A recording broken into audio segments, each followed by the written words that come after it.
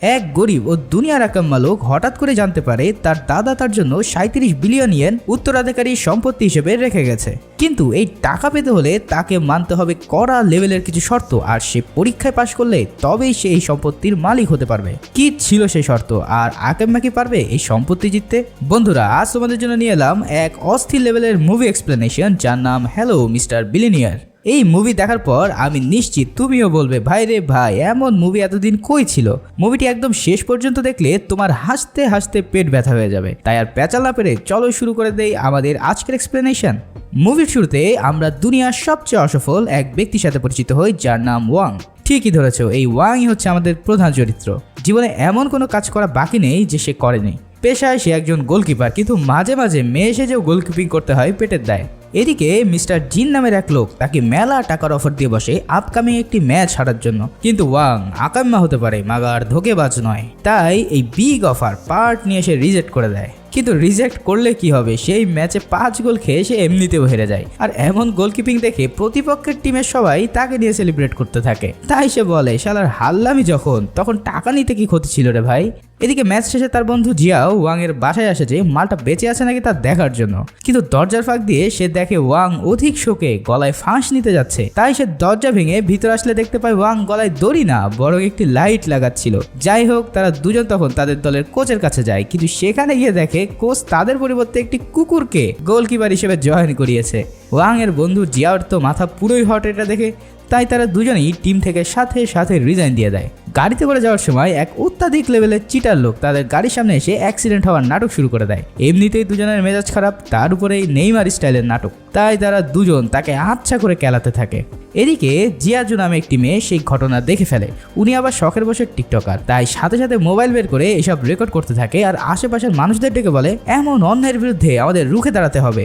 লোকরাও কম যায় না, সবাই এসে বিচার চাই স্লোগান দিয়ে তাদের শ্বশুর বাড়িতে পাঠিয়ে দেয়। কিন্তু এখানে ভেলকি দেখিয়ে তাদের জেল থেকে বেল দিয়ে বের করে নিয়ে আসে সেই মিস্টার জিন। তিনি আসলে কোনো ফুটবল টিমের কেউ ছিল না, মূলত ওয়াংকে একটি টেস্ট করার জন্যই এই জুয়ার অফার করেছিল। সে দেখতে চেয়েছিল ওয়াং সৎ না পোল্টিবাজ।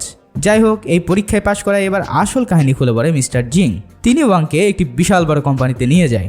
সেখানে মিস্টার ইন এবং লাই নামের দুজন ট্রাস্ট ফান্ডারের মালিকের সাথে তার দেখা হয়। এবার মিস্টার জিং বলে, তোমার আপন দাদা তো অনেক আগেই মরহুম হয়ে গেছে, কিন্তু তোমার দাদার এক ভাই ছিল যে কিনা চীনের বিশাল ধনী ব্যক্তি। সারা জীবন তিনি বহু কামিয়েছেন, কিন্তু কোনোদিন বিয়ে শাদী করে নাই। ফলে তার এই সম্পত্তির কোনো উত্তরাধিকারীও নেই। তাই আপন ভাইয়ের নাতি হিসাবে তুমি একমাত্র ব্যক্তি যে কিনা 37 বিলিয়ন ডলারের অধিকারী। এই কথা শুনে ওয়াং তো এবার পুরোই আনোয়ার হোসেনের মতন মিনি স্ট্রোক করে বসে। অন্যরা বলে, আরে হ্যাভ এ রিল্যাক্স, টুইস্ট তো এখনো মেলা বাকি। তখন তার এই চাচাতো দাদার এক রেকর্ড করা ক্লিপ তার সামনে প্রেজেন্ট করা হয়।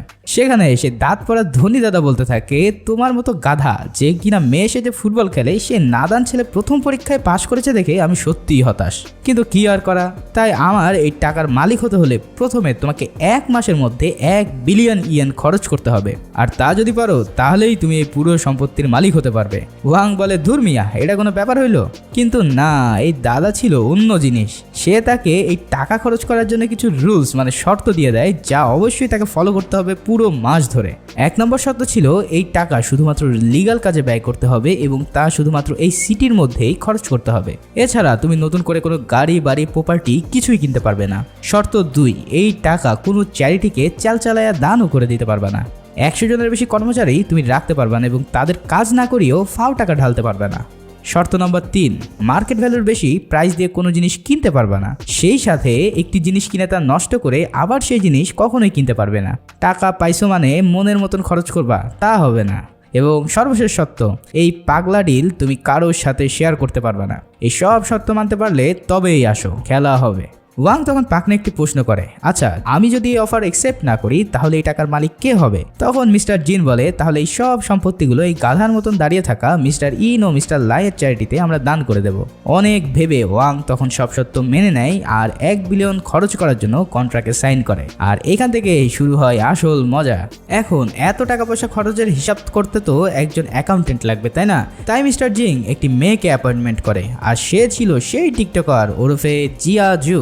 তাকে দেখেই তো ব্যাটার পুরোই মেজাজ খারাপ হয়ে যায়। ওয়াং তখন বলে, তোরেই তো খুঁজতেছি বেটি, তোর জন্য আমার জেলের ভাত খাওয়া লাগছে। টিকটকারও কম না, সেও সব জানিয়ে দেয় এই খ্যাত পাবলিকের সাথে সে কাজ করবে না। কিন্তু ওয়াং বলে, আমার এরই চাই, মেলা হিসাব নিকাজ এর সাথে বাকি আছে।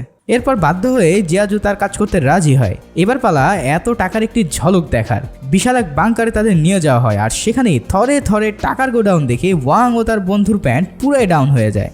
বাপ কেন, তার 100 গোষ্ঠীর মধ্যেও এমন টাকা কেউ কখনো একসাথে দেখে নাই। তাদের হুঁশ ফিরে আসলে এবং ওয়াং বলে, চলো আমাদের প্রথম টাকা ওড়ানো শুরু করা যাক। তাই ওয়াং তখন তার ফুটবল মাঠে উপস্থিত হয়।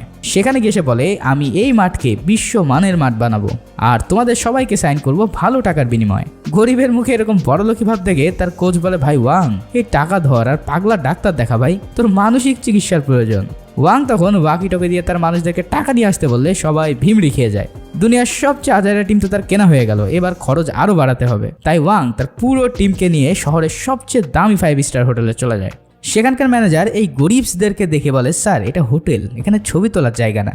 তখন ওয়াং বলে, তোমার এই হোটেলটা আমি কিনে নিতে পারতাম, কিন্তু বিশেষ কারণে সেটা সম্ভব হচ্ছে না। কি আর করা, তাহলে একটা কাজ করি, তোমার পুরো হোটেল 1 মাসের জন্য আমি ভাড়া নিয়ে নিলাম, যাতে করে আমার সব বন্ধুরা আরামায়েসে থাকতে পারে। তুমি ইনভয়েস পাঠাও, আমি এক্ষুনি পেড করে দিচ্ছি। এমন অফার পেয়ে হোটেল ম্যানেজার তার আনন্দে আটখানা হয়ে যায়। থাকার ব্যবস্থা তো হয়ে গেল, কিন্তু এবার খাওয়ার পালা। এমন খাবার পেয়ে তারা গরুর মতন খেতে থাকে। এই মালটাকে একবার দেখো, মনে হচ্ছে হয়তো কয়েকশো বছর এই বেচারা না খেয়ে আছে। আসলে ফাও পেলে কেবল বাঙালি না, পুরো বিশ্বে সবাই আলকাতরাও খায়। এমন খাই পরিবেশে ওয়াং এবার স্টেজে দাঁড়িয়ে বক্তব্য দিতে থাকে, আর সেখানে সে বলে, আমি একটি নতুন কোম্পানি খুলবো, আর সেই কোম্পানির সিইও পদের জন্য তার বন্ধু জিয়াওকে সিলেক্ট করে। বেচারা তো পুরোই আবেগে মোমের মতন গলে যায় আর বিশাল এক বয়ান উপস্থাপন করে। ফেরার পথে ওয়াং জিয়াজুর সাথে যখন সেলফি তুলতে যায়, তখন জিয়াজু বলে, আই হ্যাভ এ বয়ফ্রেন্ড। আমার বয়ফ্রেন্ড ফকির হতে পারে, কিন্তু টাকার কাছে সে কখনোই মাথা নত করে না। সে বিভিন্ন স্পিচ মানে বক্তৃতা লেখায় পারদর্শী। ওয়াং বলে, ঠিক আছে, কাল ডেকে নিয়ে আসে তো, দেখি জিনিসটা কেমন। পরের দিন জিয়াজু তাকে ওয়াংয়ের সাথে মিট করায়। প্রথমে তার বয়ফ্রেন্ড অতি সৎ থাকার চেষ্টা করতে থাকে। ওয়াংয়ের দামি মদের অফার সে একদম না করে দিয়ে বলে, আমি মহল্লার সবচেয়ে ভালো ছেলে, আমি এসব পাতি নেশা টেশা করি না ভাইয়া। কিন্তু ওয়াং তখন তাকে একটি বক্তব্য লিখতে যখন 10 লাখ টাকা দেয়, তখন সে উত্তেজনার ঠেলায় ঢক ঢক করে মদ গিলতে থাকে। এইসব দেখে তো জিয়াজু পুরাই আওলায় যায় আর বলে, আরে এ তো দেখি টাকার কাছে নিজে সততা বিলীন করে দিচ্ছে। জিয়াজু তখন ওয়াংকে মনে করিয়ে দেয়, এইভাবে যদি তুমি টাকা উড়াতে থাকো তাহলে তোমার এই সম্পত্তি 6 মাসের বেশি টিকবে না রে ভাই। এই কথা শুনে ওয়াং তো আরো বেশি চিন্তায় পড়ে যায় যে এত দেরি 6 মাস। তাই সে আরো টাকা তার বয়ফ্রেন্ডকে দিয়ে দেয় কাজের জন্য। তার বয়ফ্রেন্ড তো এবার এতই খুশি হয় যে এখন থেকে সে মিস্টার ওয়াং এর বাগানের মালি হিসেবে কাজ করতেও রাজি হয়ে যায়। জিয়াজু এবার তার বয়ফ্রেন্ডকে বলে, তুই একটা চিটার বাটপা, তুই আর আমার কোনোদিন ফোন দিবি না। যাই হোক, এবার ওয়াং তার নতুন কোম্পানির আপডেট নিতে যায়। সেখানে তখন তার মাথায় টাকা নষ্ট করার একটা কুবুদ্ধি উদয় হয়। ওয়াং তখন যত লস খাওয়া মানে দেউলিয়া হওয়া কোম্পানি মার্কেটে আছে সবগুলো শেয়ার কিনে নেওয়ার জন্য নির্দেশ দেয়, যাতে করে সব টাকা দ্রুতই লস হয়ে যায়। এই পাগলামি দেখে জিয়াজু বলে, আগে বলছিলাম 6 মাস, এবার দেখবা 2 মাসও যাবে না। ঠিক সেই সময় তার অফিসে গরিবের অ্যালন মার্কস এসে উপস্থিত হয়। দেখে মনে হচ্ছে কেবলই পাগলাগারদ থেকে পালিয়ে এসেছে এই লোক। সে ওয়াংকে তার একটি ড্রিম প্রজেক্ট প্রেজেন্ট করার জন্য অনুরোধ করে। অনুমতি পেলে দেখা যায় সে লোকটি সাঁতার পারে না বা ভয় পায়, এদের জন্য একটি আর্টিফিশিয়াল সুইমিং পুল বানিয়েছে। সেটা দিয়ে অনায়াসে যে কেউ সাঁতার কাটার ফিল নিতে পারবে। এমন বোকা ছেলের মতন আইডিয়া দেখে সবাই তাকে দূর করে তাড়িয়ে দিতে চায়। কিন্তু ওয়াং এর তো এমন গাঁজাখুরি আইডিয়াই লাগবে তার সব টাকা শেষ করার জন্য। তাই সে তার প্রজেক্ট অ্যাপ্রুভ করে আর পুরো প্রজেক্টের টাকা একবারেই দিয়ে দেয়। এই কাজ দেখে সেখানের বাবুর্চি থেকে শুরু করে সবাই তাদের ড্রিম প্রজেক্ট প্রেজেন্ট করা শুরু করে দেয়, আর ওয়াং সবার প্রজেক্টে ইনভেস্টমেন্ট করা শুরু করে দেয়। এসব পাগলামি দেখে জিয়াজু তো পুরাই শক আর ভাবে যে মানুষ টাকা কামাইতে পারে না, আর এই পাপি লোকটা পানিতে ফেলাইতেছে কেন? Why mister Wang, why? পরের দিন দেখা যায় ওয়াং দেশের সবচেয়ে দামি স্পা নিচ্ছে, কিন্তু তাতেও তার মন খারাপ, কারণ তাদের যে সার্ভিস ফি তা দিয়ে টানা 10 বছর স্পা নিলেও তার টাকা শেষ হবে না। মেয়েটা সস্তা সার্ভিসের কথা শুনে বলে, স্যার এটা তো ট্রেলার, টাকা খরচ করতে হলে আসল সিনেমা দেখতে হবে, আর আসল সিনেমা কি তা তো তোমরা বুঝতেই পারছো। এই কাহিনী দেখে ওয়াং তো লজ্জাই বাঁচে না। সে কোনোভাবেই এই প্রিমিয়াম সার্ভিস নেবে না, আর মেয়েটিও কোনোভাবে সার্ভিস না দিয়ে ছাড়বে না। এমন সময় সেখানে জিয়াজু এসে দেখে ওয়াং মশাই এসব প্রিমিয়াম সার্ভিস নিচ্ছে। লজ্জায় সে মাথা নিচু করে সেখান থেকে বের হয়ে যায়। পরে ওয়াং তাকে বলে, আমি পাগল হতে পারি কিন্তু এইসব কাজ আমি করি না, আমি এইসব সার্ভিসের ব্যাপারে খুব লয়াল। এদিকে বাগানে এসে দেখে জিয়াজুর বয়ফ্রেন্ড মন দিয়ে মালির কাজ করছে, আর এসব দেখে জিয়াজু তার সাথে ব্রেকআপ করে বসে। ওয়াং এর মাথায় এবার আরো একটি কড়া বুদ্ধি আসে। সে পৃথিবীর সবচেয়ে বড় বিজনেস কনসালটেন্ট মিস্টার লাটিফেকে ইনভাইট করে তার দেশে। বিজনেস কনসালটেন্ট হলো তারা যারা ব্যবসা কিভাবে বড় করতে হবে তার উপদেশ দিয়ে থাকে, কিন্তু ওয়াং তার কাছে চেয়ে বসে যে কিভাবে দ্রুত লস করা যায় তার উপায় জানার জন্য। এসব পাগল ছাগল মার্কার কথা শুনে মিস্টার লাতিফি এক ঝুড়ি গালমন্দ করে সেখান থেকে বের হয়ে যায়। আরে ভাই, কেউ কি সেদে এসব পাগলের পাল্লায় পড়তে চায় বলো? এভাবেই তার রাজকীয় দিনরাত কাটতে থাকে। যতভাবে টাকা নষ্ট করা যায় সব কিছুই ওয়াং ট্রাই করতে থাকে, কিন্তু এরই মধ্যে একদিন তার জন্য বিশাল বিশাল দুঃসংবাদ আসতে শুরু করে। অফিসে গিয়ে সে দেখে যে সকল শেয়ার সে কিনেছিল তাদের কোম্পানিতে হিউজ ইনভেস্টের কারণে সব শেয়ার মূল্য বেড়ে কয়েকশো গুণ হয়ে গেছে। সেই শেয়ার থেকে প্রায় $10 মিলিয়ন তাদের আয় হয়েছে। এছাড়াও সেই গরিবের অ্যালন মাস্ক যে গাঁজাখুরি সুইমিং প্রজেক্ট দিয়েছিল সেটাও ইতিমধ্যে ব্যাপকভাবে ভাইরাল হয়ে গিয়েছে, ফলে কোটি কোটি টাকা আসা শুরু করেছে তাদের কোম্পানিতে। এসব শুনে ওয়াং তো পুরাই হার্ট অ্যাটাক খাওয়ার মতন অবস্থা। কোথায় সে টাকা কমাতে যাচ্ছে, উল্টাটা টাকা বেড়েই চলেছে। পুরাই পাগল হয়ে গিয়ে ওয়াং বলে, ভাই তবু আল্লাহর দোহাই লাগে আমার সব কিছু বন্ধ করে দে, আবার প্লিজ একা থাকতে দে কয়েকটা দিন। সবাই বলে মানুষ দেউলিয়া হয়ে গেলে তেমন আচরণ করে, এ তো দেখি খুশির ঠেলাই দেউলিয়া হয়ে গেছে। মানুষ কি আর জানে ওয়াং মিয়া কিসের জন্য এমন করতেছে? 1 বিলিয়ন খরচ না করলে যে সে 37 বিলিয়ন পাবে না। এদিকে জিয়াজুর আজকে জন্মদিন ছিল, কিন্তু সেটা উদযাপন করার মতো কেউ ছিল না। ঠিক তখনই সেখানে তার বয়ফ্রেন্ড ফুল হাতে নিয়ে উপস্থিত হয়। জিয়াজু তো খুব খুশি যে তার জন্মদিন সেলিব্রেট করার জন্য তার বয়ফ্রেন্ড এসেছে, কিন্তু পরে দেখা যায় সে এসেছে জিয়াজুকে দিয়ে মিস্টার ওয়াংকে রিকোয়েস্ট করানোর জন্য যাতে তাকে আরো টাকার সাপোর্ট দেওয়া হয়। এইসব শুনে জিয়াজু তো রেগে মেগে ফায়ার হয়ে যায় আর সাথে সাথে তাকে লাথি দিয়ে বের করে দেয়। এরপর জিয়াজু ওয়াং এর কাছে অফিসের কাজ নিয়ে আসে, কিন্তু ওয়াং জানায় আজ আর কোনো কাজ নয়, দেখো তোমার জন্য একটা সারপ্রাইজ আছে। এই বলে সে রাতের আকাশে আতশবাজি দিয়ে ভরিয়ে দেয়। আসলে ওয়াং এর তো টাকা খরচ করা লাগবে, তাই সে পুরো শহরে এক বিশাল জমকালো আতশবাজির অনুষ্ঠান করে। কিন্তু জিয়াজু বলে, তুমি নিশ্চয়ই আমার জন্মদিনের সারপ্রাইজ দিতে এটা করেছো তাই না? ওয়াং মনে মনে বলে, এটাই সুযোগ পার্ট নেওয়ার। সেও বলে, হ্যাঁ তোমার জন্মদিনের জন্যই তো আমার এসব আয়োজন করা। সেই সময় জিয়াজু বলে, এই বেটা তুমি আবার আমাকে প্রেমের ফেলানোর মতলবে নাই তো? আসলে ওয়াং সাহেবও ইতিমধ্যে তার প্রেমেই পড়ে গিয়েছিল, কিন্তু বলতে পারছিল না। বাট জিয়াজু তাকে বড় ভাইয়ের জন্য ফেলে দেয়, আর তখন ওয়াং আরো কুৎবুদ্ধি আটতে থাকে যে কিভাবে তাকে ইমপ্রেস করা যায়। তাই সে পরের দিন পুরো শহরে তার ভালোবাসার কথা জানিয়ে বিলবোর্ড টানিয়ে দেয়। সকালে জিয়াজু বাসা থেকে বের হয়ে দেখতে পায় সবাই তার পিছু নিয়েছে অটোগ্রাফ আর সেলফি তোলার জন্য। কাহিনী বুঝতে পেরে জিয়াজু কোনো রকম একটি গাড়িতে উঠে পালিয়ে বাঁচে। গাড়িতে আসার সময় সে আবারও সেই গরিবের নেইমারকে দেখতে পায়, যে কিনা গাড়ি দেখলেই তার সামনে গিয়ে অ্যাক্সিডেন্টের ভং ধরে। এবার জিয়াজু বুঝতে পারে ওয়াং সেদিন সত্য কথাই বলেছিল, কিন্তু সে তাকে ভুল বুঝে জেলের ভাত খাইয়ে ছেড়েছে। তাই সে ওয়াং এর কাছে গিয়ে সরি বলে, আর ওয়াং এই খুশিতে জিয়াজুর সবচেয়ে পছন্দের সিঙ্গারকে ডেকে নিয়ে এসে এক প্রাইভেট কনসার্টের আয়োজন করে। এই কনসার্ট জিয়াজুর অনেক পছন্দ হয় আর সে সারা রাত ধরে উপভোগ করতে থাকে। কিন্তু এত কিছুর পরেও তার বিভিন্ন ইনভেস্টমেন্ট থেকে টাকা বেড়েই চলেছে। তাই এবার সে তার বেস্ট বুদ্ধির চাল দেয় যে সব টাকা হাওয়া করার জন্য। সে পুরো শহরের প্রেস ও মিডিয়াকে ইনভাইট করে এক পাগলাটে ঘোষণা দিয়ে বসে। ওয়াং বলে, আমি নতুন একটি ইন্স্যুরেন্স খুলতে যাচ্ছি যেখানে সবাইকে ওয়েট লস মানে ওজন কমানোর চ্যালেঞ্জ জানাচ্ছি। যদি কেউ 1 কেজি ওয়েট লস করতে পারে তাহলে আমি তাকে 1000 ইয়েন দেব। তাই 1 সপ্তাহের মধ্যে যে যত বেশি ওজন কমাতে পারবে সে তত বেশি ইনকাম করতে পারবে। এই ঘোষণা শোনার পর পুরো শহরের সবাই পাগলের মতন ওজন কমানোর মিশনে নেমে পড়ে। কেউ এখন আর লিফট বা এক্সেলেটর সিঁড়ি ব্যবহার করে না, সবাই হেঁটে দৌড়ে সিঁড়ি বেয়ে ওঠে। অফিসের কাজ করার সময়ও সবাই ব্যস্ত থাকে ওজন কমানোর জন্য। এমনকি ট্রাফিক পুলিশও নেচে নেচে তার কাজ করতে থাকে। সবার এমন প্রাণপণ ওয়ার্কআউটের কারণে মানুষ দ্রুতই তার ওজন কমিয়ে ফেলতে সক্ষম হয় আর ওয়াং এরও টাকা দ্রুতই শেষ হতে থাকে। যাক, অবশেষে টাকা খরচ করার একটা মক্ষম উপায় পেয়ে যায় ওয়াং। কিন্তু এই কাজে বাধা দেয় তার সেই দুই প্রতিপক্ষ। তারা মিস্টার জিনের কাছে গিয়ে বলে, এটা তো রুলসের বাইরে, সে তো হুদাই মানুষকে টাকা দিয়ে দিচ্ছে। কিন্তু মিস্টার জিন বলে, এটা রুলসের মধ্যেই পড়ে, এখানে কাজের বিনিময়ে সে টাকা দিচ্ছে যা আমাদের রুলসের মধ্যেই ছিল, তাই এই কাজে আমি তাকে বাধা দিতে পারি না।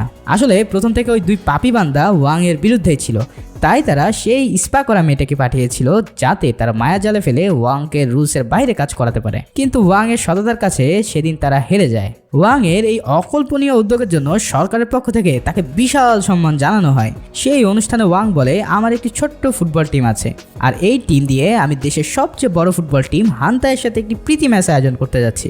আশা করি সবাই আমাদের সাপোর্ট দিবেন আর খেলা দেখে আসবেন। আসলে ওয়াং ওই হান্তাই টিমকে কয়েক গুণ বেশি টাকা দিয়ে এই খেলায় নিয়ে আসার জন্য রাজি করিয়েছিল।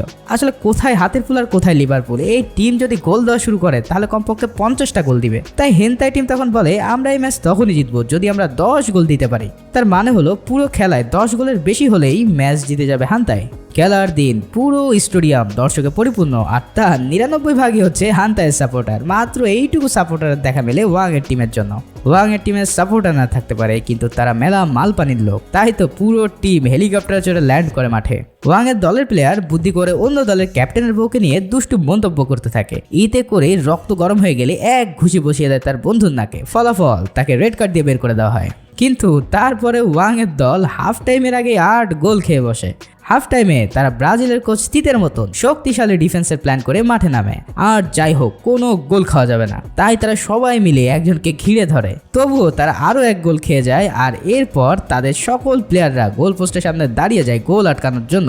একের পর এক শট তাদের প্লেয়ার ঠেকাতে থাকে, কেউ মুখ দিয়ে, কেউ হাত দিয়ে, আবার কেউ বংশধরের মেশিন দিয়ে।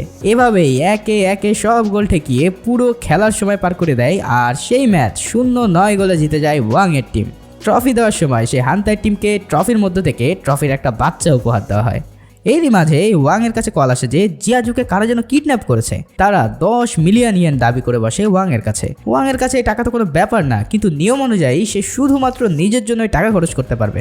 তাই হয় তাকে রুলস ভেঙে টাকা দিতে হবে, অন্যথায় জিয়াজুকে হারাতে হবে। এ তো এক কঠিন সমীকরণে পড়ে গেল ওয়াং। সে এবার মিস্টার জিনের কাছে 10 মিলিয়ন টাকা ধার চায়, কিন্তু জিন তাকে বলে আমি এই বিষয়ে কোনো হেল্প করতে পারবো না। আসলে এটা ছিল ওয়াং এর সর্বশেষ পরীক্ষা। তার দাদা জানতে চেয়েছিল ওয়াং এর কাছে টাকা বড় নাকি মানবিকতা বড়। মূলত মিস্টার জিনি জিয়াজুকে কিডন্যাপ করেছিল আর তাকে সব খুলে বলেছিল। জিয়া তো বলে এত টাকার জন্য ওয়াং মিয়া আমাকে কখনোই বাঁচাতে আসবে না, কিন্তু সবাইকে অবাক করে দিয়ে ওয়াং তার সব টাকা লোভ ছেড়ে 10 মিলিয়ন টাকা নিয়ে চলে আসে জিয়াজুকে বাঁচানোর জন্য। বেচারা মেলা কান্না করতে থাকে আর বলতে থাকে, আরে বেটি, কিডন্যাপ হওয়ার আর সময় পাইলি না, আর কয়দিন পরে হইতি। টাকার চেয়ে মানবতাকে প্রাধান্য দেওয়ায় তাকে পুরো সম্পত্তির মালিক বানিয়ে দেয় তার দাদা। এছাড়াও জিয়াজু পেয়ে যায় তার আসল ভালোবাসার মানুষকে। এরপর কেটে যায় বেশ কয়েকদিন, আর এরই মধ্যে জিয়াজু প্রেগনেন্ট হয়ে যায়। এবার তার এক ফাউন্ডেশনে যায় তাদের সকল সম্পত্তি দান করার জন্য। কিন্তু ফাইনাল সাইন করার আগেই হুট করে তাদের মাথায় আসে, আরে আমাদের সন্তানদের জন্য তো কিছু রেখে দেওয়া হলো না। আমরা তো মেলাই এনজয় করে ফেলছি, কিন্তু আমাদের সন্তানের জন্য তো কিছু টাকা রাখার প্রয়োজন, তাই না? তাই তারা ম্যানেজারের কাছে একটু সময় নেয় একটা লিস্ট করার জন্য, যে বাচ্চা হওয়ার পরে তার কি কি প্রয়োজন হবে। কিন্তু এই লিস্ট আর শেষ হয় না, দিন গড়িয়ে রাত হয়ে যায়, কিন্তু এদের লিস্ট করা শেষই হয় না। আর এরই মধ্যে দিয়ে মুভিটি এখানেই শেষ হয়। তোমাদের কি মনে হয় অদতেও কি তারা টাকা ডোনেট করতে পারবে? তোমাদের মতামত কমেন্টের মাধ্যমে জানাতে ভুলো না। কিন্তু ভিডিওটি ভালো লেগে থাকলে লাইক ও শেয়ার করতে ভুলো না, আর একদম নতুন হয়ে থাকলে প্লিজ সাবস্ক্রাইবটা করে দিও। সবাই ভালো থাকো, সুস্থ থাকো, ধন্যবাদ।